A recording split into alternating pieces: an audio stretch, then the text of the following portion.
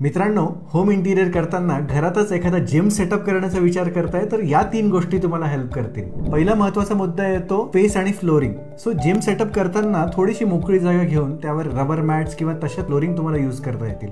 त्यामध्ये काही black rubber mats पण येतात, इंटरलॉकेबल मॅट्स पण येतात। याने तुमची ओव्हरऑल फ्लोरिंग जी आहे ती वाचेल। यातील दुसरा महत्त्वाचा मुद्दा येतो इक्विपमेंट्स।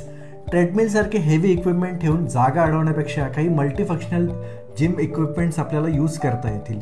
त्याचबरोबर काही रेजिस्टन्स बँड असतील किंवा काही फ्री वेट्स असतील, या सगळ्या गोष्टींचा आपल्याला उपयोग करता येईल। तिसऱ्या महत्त्वाच्या मुद्द्यामध्ये सपोर्ट एलिमेंट्सचा विचार करूया, ज्यामध्ये आपल्याला एखादा मिरर लावला ज्याच्यामध्ये आपल्याला वर्कआउटचे पोश्चर बघता येईल। त्यानंतर तुम्हाला असं वाटलं की काही मोटिवेशनल कोट्स लावायचे आहेत, काही पोस्टर्स लावायचे जे आपल्याला मोटिवेट करतील, असं काही करता येईल। तुम्हाला एखादा ट्रायपॉड स्टँड लावता येईल तुमचे व्हिडिओज रेकॉर्ड करण्यासाठी किंवा ऑनलाईन सेशन अटेंड करण्यासाठी।